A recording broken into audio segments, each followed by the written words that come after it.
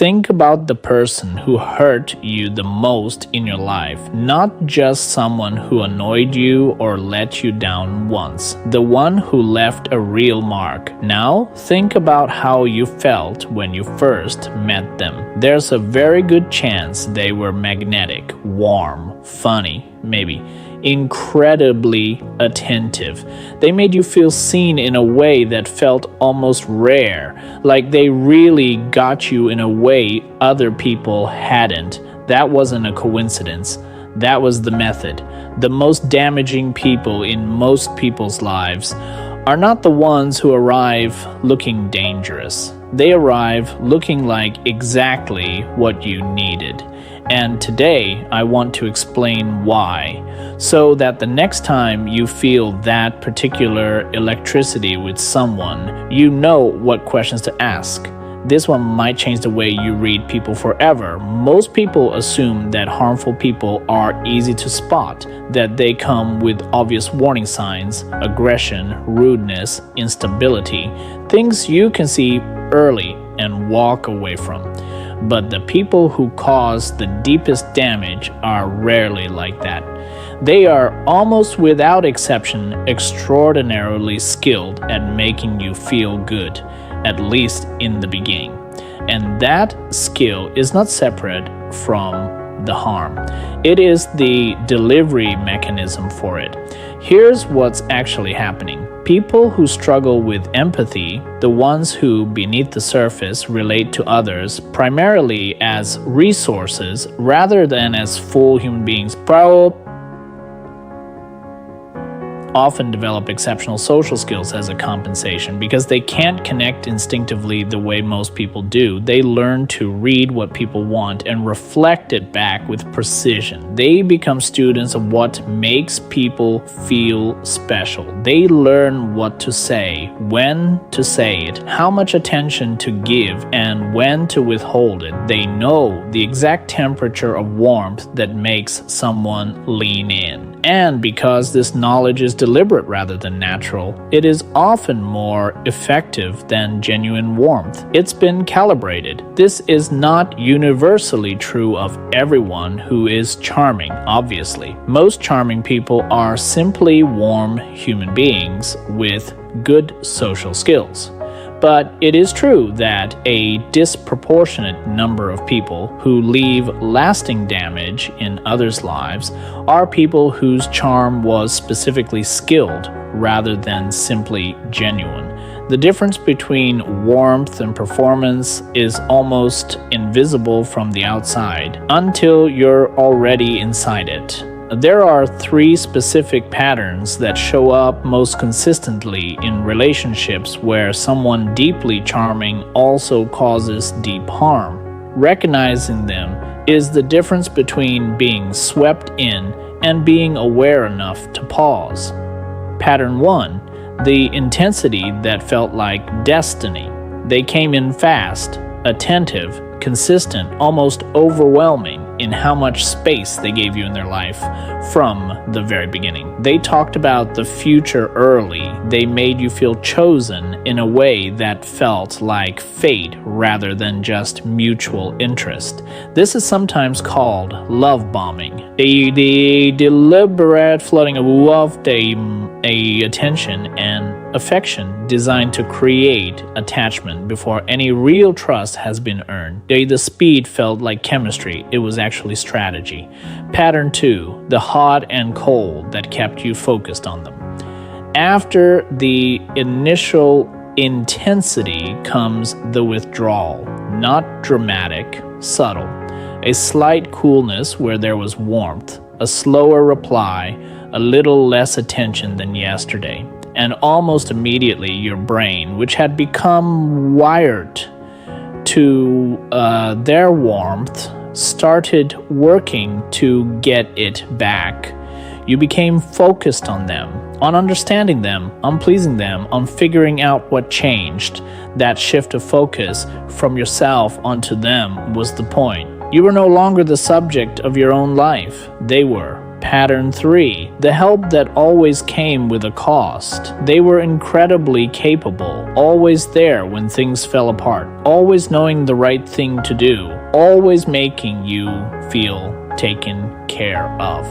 But over time, you noticed that the help always created a debt, not financial necessarily, but emotional.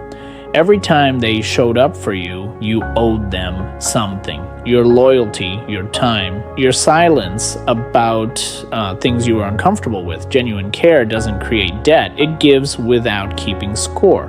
When help comes with a ledger, it isn't help, it's leverage. I want to tell you about someone. She described her ex-partner as the most magnetic person she'd ever met. Everyone loved him. He was the one at the party who remembered everyone's names, who made you feel like the most important person in the room when he turned his attention on you. She'd never felt so chosen by someone. It took her 3 years and a lot of therapy to understand what she was actually describing.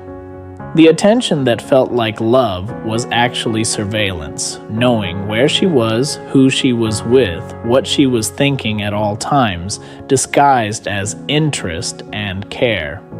The intensity at the beginning that felt like chemistry was actually a calculated compression of the normal timeline of trust.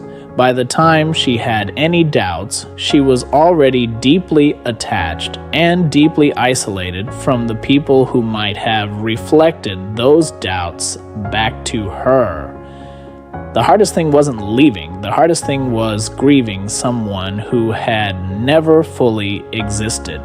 The warm, magnetic person she fell for had always been a performance. And you cannot get closure from a character. She didn't leave feeling relieved, she left feeling confused because the person who hurt her most was also the person who had, for a time, made her feel more seen than anyone ever had. Those two things were both true, and holding both at the same time was the real work of recovery. This is not an invitation to distrust everyone who is warm or charming. It is an invitation to slow down enough to tell the difference between warmth that is given freely and warmth that is performing. First, notice how you feel in the absence of their attention, not just in the presence of it. Genuine connection feels stable. Performed connection creates anxiety the moment it's withdrawn because the anxiety is the point. It keeps you focused on getting it back. Second, watch what happens when you disagree or disappoint them. Someone with genuine warmth can handle being let down or challenged without withdrawing their care. Someone performing warmth will punish small disappointments with coldness because the warmth was always conditional on your compliance.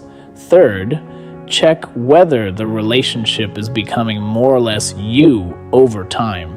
Healthy relationships expand your world. Harmful ones, even charming ones, tend to quietly shrink it. Your friendships get thinner, your opinions get quieter, your life organizes more and more around one person.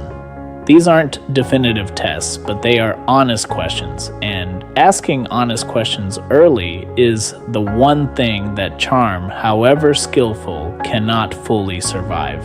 If the person who hurt you most was also someone who made you feel more alive than anyone, I want you to hear this. You are not stupid for being taken in. You are not weak for having loved someone who turned out to be performing love. The fact that they were skilled does not mean you were gullible. It means they were practiced. Those are two completely different things. You are allowed to grieve the warmth that felt real, even if you now understand it wasn't. You are allowed to miss the version of them that existed in the beginning, the one that may have been in part a projection of what you needed rather than who they were. Grief doesn't require the loss to have been pure. It just requires that it was real to you. And going forward, the electricity you feel with someone new is not proof of connection. It is a question worth sitting with. The right people feel like safety, not like winning. If this names something you've been trying to explain, I did and share it with someone who is still inside it and doesn't have the words yet. My name is Zoni. Subscribe. This channel is for the things that were always true but took time to see clearly. The most dangerous people feel like the answer. The right people feel like home.